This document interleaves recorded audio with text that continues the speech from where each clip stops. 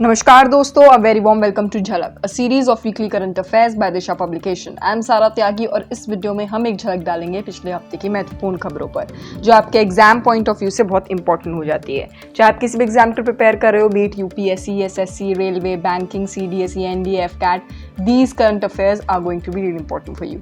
और अगर आपको इनका एक कोलैबोरेटेड फॉर्म चाहिए, कंपाइलेशन चाहिए, then you can go and check out our quarterly compilation magazine which will be out very soon, और वो उसका लिंक आपको हमारे डिस्क्रिप्शन में मिल जाएगा। अलॉन्ग विद दैट इस वीडियो का जो पीडीएफ लिंक है वो आपको हमारे टेलीग्राम चैनल पर मिल जाएगा। टेलीग्राम चैनल के हमारे दोनों लिंक्स आपको डिस्क्रिप्शन बॉक्स में मिल जाएंगे। Please go and join our Telegram channel because वहाँ पे बहुत इंपॉर्टेंट अपडेट्स आती हैं हर रोज़। We post about our books, we post about various videos there, और भी बाकी इन्फॉर्मेशन, काफ़ी रेलिवेंट इन्फॉर्मेशन आपको वहाँ पे मिल जाएगी related to exams like UPSC and SSC, ठीक है, और बाकी भी सभी गवर्नमेंट एग्जाम्स इनफैक्ट। चलिए शुरुआत करते हैं इस सेगमेंट से of the week, which is people in news. The first segment, the first person who is in news is Indermit Gill. Why he is in news? Because he has been appointed as the chief economist of World bank.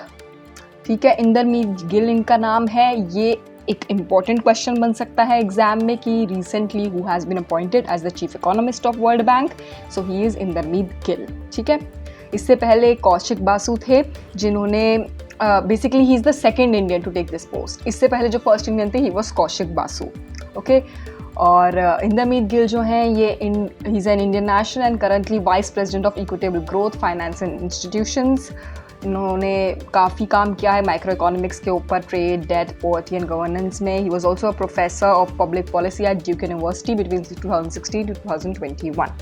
Okay, people in news इस बार ज़्यादा नहीं थे, तो I have just covered this one person in news. अब बढ़ते हैं अगले सेगमेंट की तरफ, विच इज़ इम्पॉर्टेंट डेज।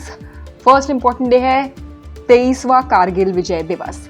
इस बार ऑब्जर्व हुआ 23वां कारगिल विजय दिवस, और ये ऑब्जर्व होता है 26 जुलाई को, जिस दिन इंडिया की विक्ट्री हुई थी over Pakistan in the Kargil war. ठीक है, बेसिकली जो पाकिस्तानी फोर्सेस हैं उनको हटा के इंडिया ने ऑक्यूपाई कर ली थी पोजीशंस। और जब हमने देखा था कि नॉर्दर्न कारगिल डिस्ट्रिक्ट में लद्दाख की 1999 में पाकिस्तान ने पहले ऑक्यूपाई कर ली थी, फिर इंडियंस वहाँ पहुँचे, इंडियन फोर्सेस वहाँ पहुँची और उन्होंने उनसे अपनी जगह अपने हक से छीन ली। ठीक है, so the day honours the Kargil war heroes, martyrs जो भी थे, who laid their lives for the nation during the Kargil war. So this day is observed in their memory. Okay, Kargil Vijay Diwas 23rd Kargil Vijay दिवस था, ये जुलाई 26 को होता है हर साल ऑब्जर्व। अब बढ़ते हैं अगले डे की तरफ, इंटरनेशनल टाइगर डे। ये हम अपनी लास्ट झलक की वीडियो में कवर नहीं कर पाए थे, इस बार मैं इसलिए कर रही हूँ कवर इसे। 24 जुलाई को ऑब्जर्व होता है। It is basically to encourage all to take appropriate action to save wild cats. Okay, tiger जिसे वाइल्ड कैट भी बोलते हैं। So as per World Wildlife Fund, approximately 95% of the population of tigers they have declined in last 150 years. ठीक है, और इस बार की जो थीम थी वो थी India launches Project Tiger to revive tiger population. ठीक है, इंडिया ने लॉन्च किया हुआ है प्रोजेक्ट टाइगर। ठीक है, उसके जरिए क्या कर रहे हैं, रिवाइव कर रहे हैं टाइगर्स को, और ब्रीडिंग भी इनकी कराई जा रही है उसके जरिए। ठीक है, so basically this is to support their collaborate with regional people to safeguard tigers, और उनकी पोचिंग ना हो सके। ठीक है, इलीगल ट्रेडिंग ना हो सके। अगला डे देखते हैं, CRPF 84th raising day observe हुआ था। ये एसएससी जैसे एग्जाम से पूछा गया है काफ़ी बार क्वेश्चन। ठीक है, जब आप सीपीओ का एग्ज़ाम देते हैं एसएससी के, तो वहाँ पे ऐसा क्वेश्चन बन सकता है। सीआरपीएफ का रेजिंग डे या सीएपीएफ का अगर आप एग्ज़ाम देते हैं, वहाँ पे भी ऐसे क्वेश्चंस पूछे जाते हैं। ठीक है, सो ऑब्जर्व होता है 27 जुलाई को, और central arm police force CRPF आती है मिनिस्ट्री ऑफ होम अफेयर्स के अंडर। अपार्ट फ्रॉम इट 1939 से है ये। It came into existence as the Crown Representatives Police इसका नाम था पहले। ये भी क्वेश्चन कभी ना कभी पूछा जा सकता है एग्जाम में कि इससे पहले इसका क्या नाम था। 27 जुलाई 1939 में जब ये आई थी तब उसका नाम क्राउन रिप्रेजेंटेटिव पुलिस था। Basically it was for the Britishers. So after independence it became central reserve police force. ठीक है, सीआरपीएफ एक्ट के जरिए बना था 28 दिसंबर को 1949 में। After independence, CRPF It is contingents for tasks to check infiltration and trans-border crimes in Kutch area, Rajasthan area, Sindh border area का जो पूरा एरिया है वहाँ पे ये डिप्लॉयड है CRPF, ठीक है। पाकिस्तान बॉर्डर है जम्मू एंड कश्मीर में, वहाँ पे भी। So basically they prevent infiltration from the Pakistan side. अब बढ़ते हैं अपने नेशनल सेगमेंट की तरफ, national news. First news is new Ramsar sites in India. Recently 5 नई रामसर साइट्स डिस्कवर हुए हैं, वेटलैंड्स डिस्कवर हुए हैं which are of international importance under Ramsar convention, the convention of wetlands. हमने इसके बारे में पहले भी बात की है और पिछले साल ही मैंने इस चीज़ को झलक में डिस्कस किया था, that what are Ramsar sites exactly. देख लेते हैं कहाँ पे आए हैं, बिकॉज आने वाले एग्जाम्स के लिए इम्पोर्टेंट है। सो फर्स्ट है तमिलनाडु में, जहाँ पे 3 वेटलैंड्स डिस्कवर किए गए हैं। उसके बाद है मिज़ोरम में और एक है मध्य प्रदेश में। ये आपको याद रखने हैं, ठीक है। सो अब जो है टोटल नंबर जो हो गया है साइट्स का, which is 54 Ramsar sites in India. So ये क्वेश्चन भी इंपॉर्टेंट है कि कितनी रामसर साइट्स हैं इंडिया में। 54, ओके। इससे पहले 49 थी, don't get confuse, now they are 54 Ramsar sites, 54। और ये 5 रामसर साइट्स का नाम है Kariyakili bird sanctuary, Pallikaranai marsh reserve forest, Pichavaram mangrove in Tamil Nadu, ठीक है। ये तीनों तमिलनाडु में है। पाला वेटलैंड है मिज़ोरम में और सख्या सागर है मध्य प्रदेश में। और रामसर कन्वेंशन के बारे में आपको थोड़ा सा दोबारा अगर हम रिविजन कर सकते हैं तो it is an intergovernmental environmental treaty which was established by UNESCO on February 2nd, 1971. Okay, the convention got its name from Ramsar city जो कि ईरान में है, कैस्पियन सी पे, ठीक है। वहाँ पे ही ये ट्रीटी साइन हुई थी और रामसर कन्वेंशन जो फोर्स में आया था वो आया था 1975 में। अब बढ़ते हैं अगले न्यूज़ की तरफ, विच इज़ राष्ट्रीय खनिज पुरस्कार। The Union Ministry of Mines, they have recently set up this new award, national award है ये, इसलिए मैंने इसको कवर किया है। राष्ट्रीय खनिज पुरस्कार इसका नाम है, ठीक है। ये है to promote mining across the country, ठीक है। और बेसिकली जो लोग माइनिंग में इन्वॉल्व हैं उन्हीं को ये उन्हीं कैटेगरीज़ में, मिनरल्स की कैटेगरीज़ हैं इसमें, तीन कैटेगरीज़ में ये अवार्ड दिया जाएगा, okay. So basically it has been set up to incentivize states that take initiative in exploration, auction and operationalization in mineral blocks. So जो countries हैं mineral blocks की वो basically है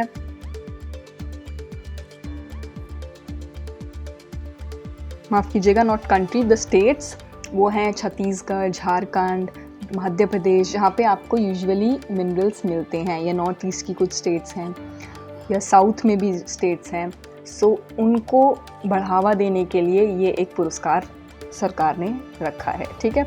इसमें अराउंड 18 करोड़ का अब प्राइज़ मनी है जो कि डिफरेंट स्टेट्स के लिए है। बेसिकली बजट है इसका एक 18 करोड़ का, which is awarded as a prize money to different states. अब बढ़ते हैं अपने स्पोर्ट्स सेगमेंट की तरफ। India to host ICC World Cup 2025, ठीक है। इंडिया विल करंटली जो है बर्मिंघम में कॉमनवेल्थ गेम्स चल रहे हैं और वहाँ पे ही ICC एनुअल कॉन्फ्रेंस भी हुई थी, ठीक है। क्रिकेट वर्ल्ड कप के रिगार्डिंग उन्होंने ये डिसाइड किया कि ICC women's ODI cricket world cup जो है 2025 का इंडिया में होगा, and this is the 5th time India will host ICC women's tournament, okay. Basically it will comprise of 8 teams and total of 31 matches. और जो 2024 के होस्टिंग राइट्स हैं वो मिले हैं बांग्लादेश को। अगली न्यूज़ देख लेते हैं। स्पोर्ट्स सेगमेंट से इस बार काफ़ी इंपॉर्टेंट न्यूज़ हैं। सो पहली तो ये हो गई कि 2025 में Indian women's world cup host करेगा इंडिया। दूसरी है 3 countries have become new ICC members. Extremely important from exam point of view, किसी भी एग्जाम में पूछा जा सकता है, you can't miss this one. So 3 countries को मेंबरशिप दी है and I am very sure कि कहीं ना कहीं पूछा भी जाएगा क्वेश्चन। 3 कंट्रीज़ कौन सी हैं? कोटे डी आइवोर, अफ्रीकन कंट्री है ये, कोट डी आइवोर, और कंबोडिया है, और एक है उज़्बेकिस्तान एशिया की, ठीक है। सो ये 3 कंट्रीज़ हैं जिनको रिसेंटली ICC मेंबरशिप मिली है। पहले इसमें 96 एसोसिएट्स थे। बेसिकली इसमें 108 एसोसिएटिंग कंट्रीज़ हैं जिसके अंदर 96 और सब एसोसिएटिंग कंट्रीज़ हैं, ये आपको याद रखना है। So currently ICC has 108 countries as their members, ठीक है।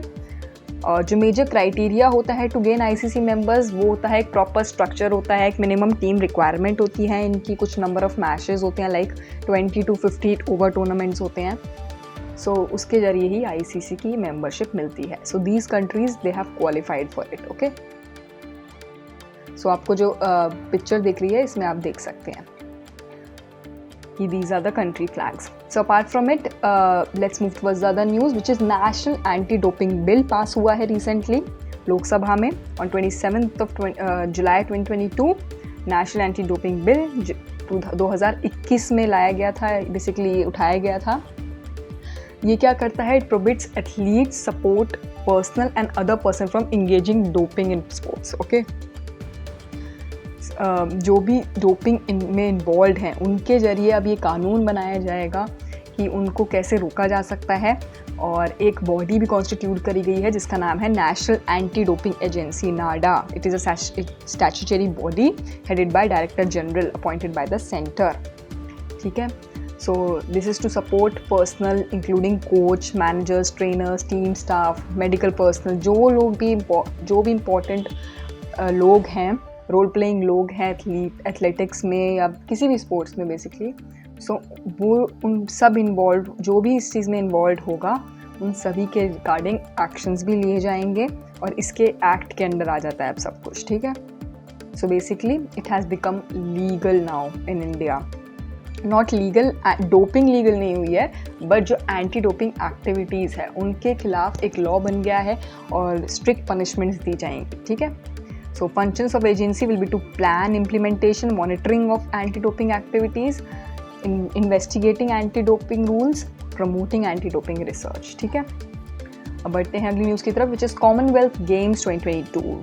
ठीक है, India is performing exceptional eight Commonwealth games. Second day में ही हमने 4 मेडल्स जीत लिए हैं। Indian athletes have von 4 medals, जिसमें कि on Saturday, basically last Saturday. और मीराबाई चनू जो है, इन्होंने गोल्ड जीता है इन 49 weight category. Apart from it, India का जो फर्स्ट गोल्ड मेडल था वो भी आया था, बर्मिंघम में हो रहे हैं कॉमनवेल्थ गेम।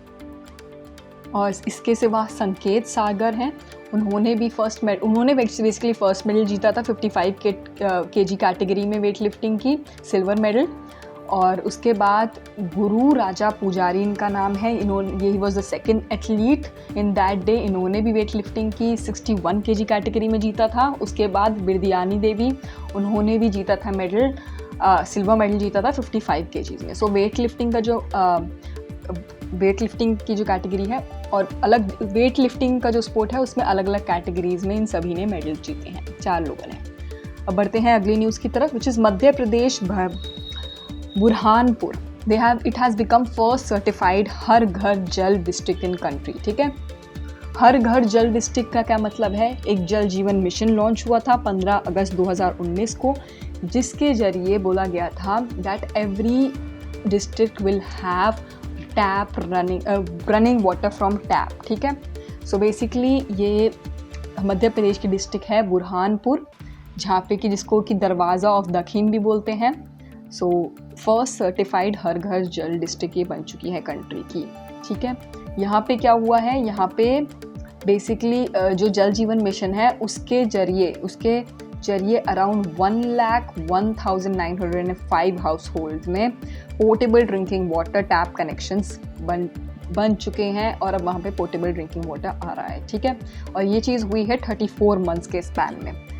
अराउंड, जैसे मैंने बताया, around 1 lakh rural households they now have access to drinking water from tap.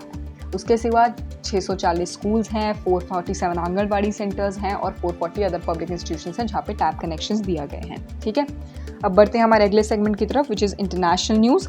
साकुरजिमा volcano in Japan erupts. ठीक है, जापान का एक वोल्केनो है। ये क्वेश्चन मैंने न्यूज़ इसलिए की है कवर अप बिकॉज ये क्वेश्चन पूछा जाता है एग्जाम में, काफ़ी बार पूछा गया है कि रीसेंट वोल्केनो जो इरप्ट होते हैं उनके regarding. So first thing is that Sakurajima volcano जो है ये है जापान में। It is located in Kagoshima prefecture and it has recently erupted on 25 July. ठीक है, सो इसलिए मैंने इसको कवर किया है इस न्यूज़ को। और बेसिकली इसने जब ये इरप्ट हुआ तो अराउंड वॉल्केनिक रॉक्स इरप्ट हुए इससे, जो कि 2.5 किलोमीटर्स तक फैल गए। ठीक है, इसके सिवा जापान ने वहाँ पे लेवल 5 का अलर्ट भी किया। जापान में काफ़ी सारे वॉल्केनोज इरप्ट होते रहते हैं, ये हमें पता है बात, सो इसलिए आप कवर्ड दिस न्यूज़। ठीक है, अगला बढ़ते हैं अगली न्यूज़ की तरफ, which is James Webb telescope finds oldest galaxy in the universe. James Webb telescope which is world's most powerful telescope, they have discovered the oldest galaxy universe की। ठीक है, जो कि बोला जा रहा है 300 मिलियन ईयर्स ओल्ड है। और 2 कैंडिडेट्स थे जिन्होंने ये ओल्डेस्ट गैलेक्सी डिस्कवर की इन द यूनिवर्स।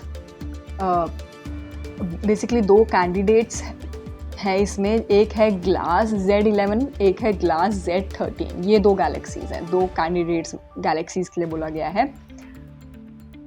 और the light from GLASS Z13 galaxy they took to 13.4 billion years to hit the mirrors of the spacecraft, which almost is around 15 lakh kilometres away from Earth, so which is also considered as the oldest galaxies बोला गया है इन्हें।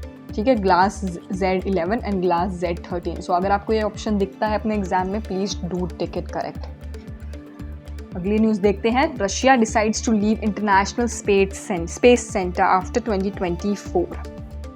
2024 के बाद Russia ने decide किया है कि रशिया ने जो स्पेस सेंटर पहले था, इसका अभी भी है इनफैक्ट, वो डेवलप किया था जॉइंटली विद यूएसए के साथ डेवलप किया था ये सेंटर इन 1998। अब क्या हुआ है, अब सिंस यूक्रेन के साथ इनके वॉर सिचुएशंस हैं, दूसरी चीज़ ये है कि मॉस्को के जो रिलेशंस हैं वो यूएस के साथ अच्छे नहीं चल रहे हैं। So that is why they have decided the International Space Centre which has been in orbit since 1998, जो कि यूएस के साथ डेवलप किया गया था, उससे ये बाहर हो जाएंगे और अपना दूसरा स्पेस स्टेशन ये एंटर करेंगे 2024 में, वहाँ से बाहर हो जाएंगे ये। ठीक है, सो ये अलायंस जो थे रशिया और यूएस का जो अलायंस था, they have roomed due to the Ukraine war, इसलिए ये चीज़ हुई है। एंड इसके सिवा रशिया ने जो फर्स्ट सैटेलाइट लॉन्च की थी वो भी स्पेस सेंटर के थ्रू ही की थी 1957 में। और जो स्पेस में पहला इंसान भेजा था वो आप मुझे कमेंट सेक्शन में बताओगे, रशिया से first man into the space in 1961 किसको भेजा था। ठीक है, this is your homework for the day, so please go and find that out. And इसी के साथ हम फिनिश करते हैं अपना झलक। And if you are liking these series, please do like, share and subscribe. Share them with your friends and family. Spread the knowledge around. And apart from it, have a good week ahead. धन्यवाद, नमस्कार।